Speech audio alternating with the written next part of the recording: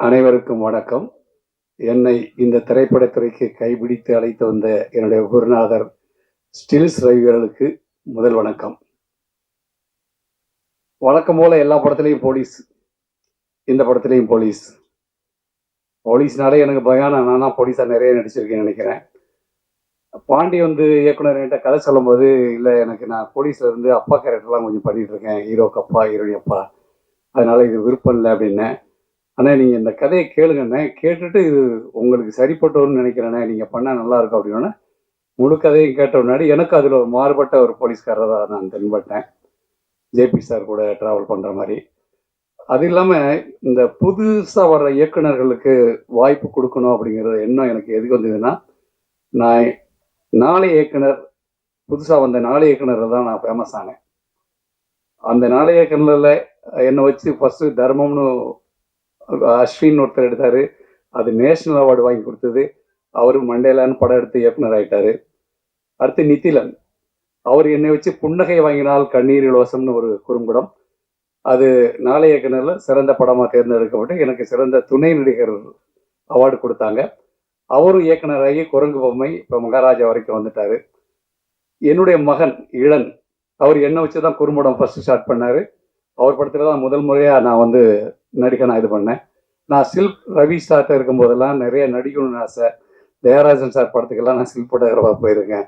அப்போல்லாம் பாக்கியராஜ் சார் வீட்டுக்கெல்லாம் ஸ்டில்ஸ் கொடுத்துட்டு வர சொல்லுவாங்க. ரவி சார் நான் போய் காலையில் போய் அவர் வெயிட் பண்ணி அவரை பார்த்து ஸ்டில்ஸ் எல்லாம் கொடுத்துட்டு வந்திருக்கேன். அப்போல்லாம் எனக்கு பெருமையாக இருக்கும், உங்கள் வீட்டுக்கெல்லாம் போயிட்டோம், அவங்களெல்லாம் நேராக பார்த்துட்டோம் அப்படிங்கிற ஒரு பெருமையாக இருக்கும். ஆனால் நடிகனாகங்கிற எண்ணம் என் மனதுக்குள்ளே இருந்துக்கிட்டே இருந்தது. ஸ்டில்ஸ் ரவி சார்ட்ட அதுக்காக அடியெல்லாம் வாங்கியிருக்கேன். கேமரா விட்டுட்டு ஒரு சீன் நடிக்க போனேன் அப்படின்னா கேமரா விட்டு போயிட்டேன்னு சொல்லி திட்டியிருக்காரு, அடி வாங்கியிருக்காரு. அப்புறம் அவரே எனக்கு மேக்கப் எடுத்து நீ நடிகன் ஆயிடுவ அப்படின்னாரு. ஃபர்ஸ்ட் அவர் வீட்டில் ஸ்டில் எடுக்கும்போது கேமரா வச்சுட்டு இப்படி ஆங்கில விட்டு வெளியே யோ நீ நடிகன் ஆயிடுவையா அப்படின்னு சொன்னார். அவர் சொன்ன மாதிரி நான் நடிகன் ஆகிட்டேன். என்னுடைய மகன் இயக்குனர் ஆகிட்டாரு. என்னுடைய இந்த கலையார்வம் ஏதாவது ஒரு சீனாக நடிக்கணும்னு நினச்சி வந்தேன். என்ன இன்னைக்கு ஒரு நடிகனை நீங்கள் ஏற்றுக்கிட்டதுக்கு உங்களுக்கு நன்றி. எனக்காக சப்போர்ட் பண்ணி நானும் அங்கேருந்து இங்கே வந்தவன் தான், ஃபோட்டோகிராஃபராக இருந்து எத்தனையோ மேடைகளில் நான் அங்கேருந்து படம் எடுத்துக்கிட்டு இருக்கும்போதெல்லாம் என்னுடைய எண்ணம், நான் என்னைக்கு அந்த மேடைக்கு போவேன், நான் அந்த மேடையில் இருக்கும்போது என்ன இந்த மாதிரி யார் படம் எடுப்பா அப்படின்னு நான் ரொம்ப விரும்பினது உண்டு. அதுக்கு இன்னைக்கு நிறைவேறி இருக்கு. எனக்கு மகிழ்ச்சியாக இருக்குது. இந்த ராபர் படத்தில் நான் ஒரு காவல் அதிகாரியாக நடிச்சிருக்கேன். படம் சிறப்பாக வந்திருக்குன்னு நாங்கள் சொல்கிறத கடலும் நீங்கள் பார்த்து சொல்கிறது தான் அதுக்கு சிறப்பு. இந்த வாய்ப்பு கொடுத்த இயக்குனருக்கும் தயாரிப்பாளருக்கும் சகோதரி கவிதா, அவங்க நிறைய மேடைகளில் நிகழ்ச்சி தொகுத்து வழங்கியிருக்காங்க. அப்போ நான் கீழே நின்று படம் எடுத்திருக்கேன். என்னுடைய ஆசை அங்கேருந்து நான் இங்கே வந்திருக்கேன். அதே மாதிரி எல்லாருமே முயற்சி பண்ணால் எங்கே அடையணுமோ அங்கே சேரலாம். இலக்கை நோக்கி பயணிப்பவர் பலர், சென்றடைவர் சிலர் அப்படிங்கிற மாதிரி நான் பயணிச்சுக்கிட்டே இருந்தேன். அந்த இடத்துக்கு வந்துட்டேன். அதனால் முயற்சி பண்ணுறவங்க பண்ணிக்கிட்டே இருங்க. என்றைக்கா ஒரு நாள் அந்த மேடை உங்களுக்கு கிடைக்கும். நன்றி, வணக்கம். குலசையிலே வீற்றிருந்து என்னை நித்தமும் வழிநடத்தி கொண்டிருக்கும் என் தாய் முத்தாரம்மையை வணங்கி, மேடையில் இருக்கிற அத்தனை பெரியவர்களையும் வணங்கி, உண்மையிலே ரொம்ப சந்தோஷமா இருக்கு இந்த படத்துல நான் நடிச்சது. முன்னாடி எல்லாரும் கேமரா வச்சு எங்களை படம் எடுத்துட்டு இருக்கிறதுனால தான் நாங்கள் என்ன சொல்ல வரோம், அடுத்தடுத்து நீங்கள் சரியாக எழுதணும், நிறைய விஷயங்கள் நீங்கள் எழுதுறத வச்சு தான் அடுத்தடுத்த நிலைக்கு அக்கா வந்துக்கிட்டு இருக்கேன். அதில் நான் உங்கள் எல்லாருக்கும் நன்றி கடன் பட்டிருக்கேன். அதை ரொம்ப பாசமாக சொல்லிக்கிறேன். இந்த படத்தில் என்ன அப்படின்னா, ஒரு தாய் ஒரு குழந்தைய எப்படி தன்னுடைய தாய்ப்பாலை ஊட்டி வளர்க்குறாளோ, அதே தாய் தன்னுடைய மகன் தடம் மாறினா என்ன செய்வா அப்படின்றது நிறைய இதில் நம்ம பார்த்துருக்குறோம். அதை தான் இந்த திரைப்படத்தில் ரொம்ப அழுத்தமாக சொல்லியிருக்காங்க. இந்த கதாபாத்திரத்தை எனக்கு கொடுத்த இயக்குனர் தம்பிக்கு ரொம்ப நன்றி. அவர் எங்கள் ஊருக்காரர் தான். எப்போவுமே பொதுவாக நிறைய பேசணும்னு நினைப்பேன். இன்னைக்கு நிறைய சிறந்த பேச்சாளர்கள்லாம் இருக்கிறதுனால எனக்கு கொஞ்சம் பயமாக இருக்குது. ஏன்னா பாக்கியராஜ் சார் இருக்கிறாங்க, தியாகராஜ் சார் இருக்காங்க. இவங்க முன்னாடி இன்னைக்கு நான் பேசுகிறேன் அப்படின்னு சந்தோஷம். இன்னொன்று, அம்பிகா மேம் இருக்காங்கல்ல, எங்கள் வீட்டுக்காரர் அவையில பார்த்தோடனே கடவுள் சந்தோஷம் இருக்கு. சரி, ஏதோ எல்லாரும் முடிஞ்ச சின்ன உதவி. வாழ்க்கையில் அவங்களெல்லாம் நம்ம பார்க்க முடியுமா? இன்னைக்கு மேடம் ரொம்ப சந்தோஷம் மேடம். ரொம்ப மன திருப்தி எங்களுக்கு. ஏன்னா, இப்படி ஒரு மேடையில நின்னு நடிகர்கள் முன்னாடிலாம் உட்காந்து மைக்ல பேசுறது எனக்கு ரொம்ப சந்தோஷமா இருக்கு. அ இதுக்கு மேல எனக்கு பேசுறதுக்கு ஒண்ணுமே ஓடல. என் பையன் வந்து 12ஆப்பு படிச்சுக்கிட்டு இருக்கான். அவன் நல்லா பரீட்சை எழுதணும். அதனால அக்கா வந்து என் பிள்ளை நல்லா படிக்காது. நீங்களா உட்காந்து சொல்லி தர போறீங்கன்னு கேட்காதீங்க. கொண்டு போய் டியூஷன்ல விடணும். நேரம் ஆயிருச்சு. அதனால எல்லாரும் சீக்கிரமா என்னுடைய உரையை முடிச்சுக்கிறேன். ரொம்ப நன்றி. அடுத்தபடியா படத்தினுடைய மியூசிக் டைரக்டர் ஜோன் அவர்களை ஒரு சில வார்த்தைக்கு கூற அன்புடன் அழைக்கிறோம். வாங்க. எல்லோருக்கும் வணக்கம். இந்த நிகழ்ச்சிக்கு வருகை தந்திருக்கும் பத்திரிகையாளர் எல்லாருக்கும் வணக்கம். மேடையில் இருக்கிற அனைத்து ஜாம்பவான்களுக்கும் வணக்கம்.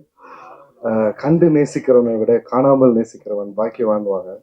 ஸோ அந்த மாதிரி இவங்க பண்ண ஒவ்வொரு பாடல்களும் படங்களும் சுச்சுவேஷன்ஸ் அந்த ஆக்டிங் எல்லாமே சின்ன வயசுலேருந்து எங்களுக்கு எல்லாருக்குமே ஒரு இன்ஸ்பிரேஷனான ஒரு moments. And very blessed to be in this stage. Thank you for coming. And அதே மாதிரி இந்த ஒரு படத்துக்கு அவ்வளோ சப்போர்ட் பண்ணி ரிலீஸ் பண்ணுற சக்தி அண்ணாக்கும் நன்றி. கவிதா மேம் வந்து எங்கள் உடன்பிறவா சகோதரி. அவங்களுடைய பண்ண ஒரு ஃபஸ்ட்டு ஷார்ட் ஃபிலிமில் எனக்கு மியூசிக் சான்ஸ் கொடுத்துருந்தாங்க. அண்ட் தென் நான் பண்ண படத்துலேருந்து அவங்க தான் பெரிய படம் சின்ன படம் இந்த மாதிரியான எந்த ஒரு பாகுபாடு இல்லாமல் அவ்வளோ சப்போர்ட்டிவாக இருந்தவங்க. அண்ட் அவங்களுக்கும் இயக்குனர் பாண்டி மற்றும் ஆனந்த் கிருஷ்ணா அவர் ரொம்ப லாங் ஃப்ரெண்ட் அவர். ஸோ அவருக்கும் நன்றி. அண்டு என் பாட்டுக்காக உங்களுடைய கமெண்ட்ஸ் அண்ட் எல்லாத்தையும் கொடுங்க. அண்டு இன்னைக்கு சிம்போனி ரிலீஸ் பண்ணுற ராஜா சாருக்கு என்னுடைய வாழ்த்துக்களையும் தெரிவித்துக் கொள்கிறேன். ஏன்னா நான் வந்து லைவ் ஆர்கெஸ்ட்ராலேருந்து வாசிச்சிருக்கேன். நியர் அபவுட் ஒரு 2000 கச்சேரி மேலே வாசிச்சிருப்பேன் சின்ன வயசுலேருந்து. ரொம்ப யங் ஸ்டேஜ்லேருந்து played. And I live with Raja sir song தான். அவருடைய பாடல் தான் என் காதில் எல்லாமே ஒழிச்சிருக்கும். ஒரு நியர் அபவுட் ஒரு 20 வருஷமா ஸ்டேஜில் இருக்குது.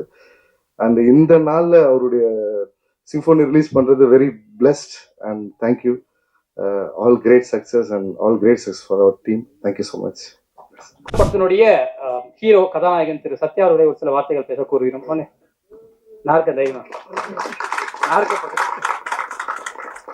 பிரஸ் மீடியா மற்றும் இங்கே வந்திருக்கும் அனைவருக்கும் என் மாலை வணக்கங்கள். பாலுமேந்திரா சாரோட ஸ்டூடெண்ட் நான். ப்ரெஸ்ஸுக்கு முத என்ன அவர் தான் இன்ட்ரோ பண்ணி வச்சார். அவரோட ஸ்டூடெண்ட் நான் சத்யா அப்படின்ட்டு. அவர் என் கூட இப்போ இல்லை.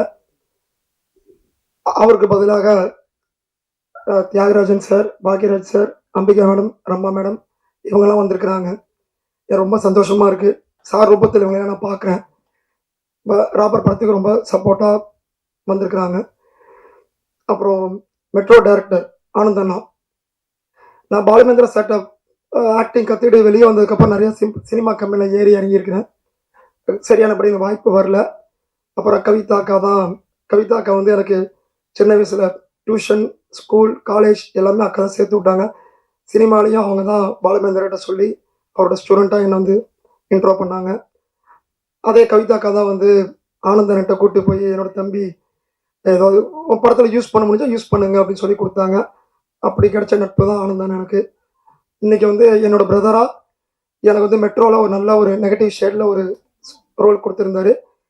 இன்றைக்கி அதுக்கு நெக்ஸ்ட் லெவலில் ராபர் படம், கோடியில் ஒரு படம் பண்ண டைமில் ராபர் படத்தில் ஒன்லைன் சொன்னார். எனக்காகவும் அவரோட கோ டைரக்டர் மிஸ்டர் பாண்டிக்காகவும் எழுதப்பட்ட கதை தான் ராபர். மார்ச் 14 உலகமெங்கும் வருது. கண்டிப்பாக பார்த்து சப்போர்ட் பண்ணுங்கள். முக்கியமாக சக்தியை எனக்கு நான் தேங்க்ஸ் சொல்லணும். இப்படி இருந்தால் ராபர் படத்தை இப்படி போய் நிறுத்தியிருக்கிறாரு.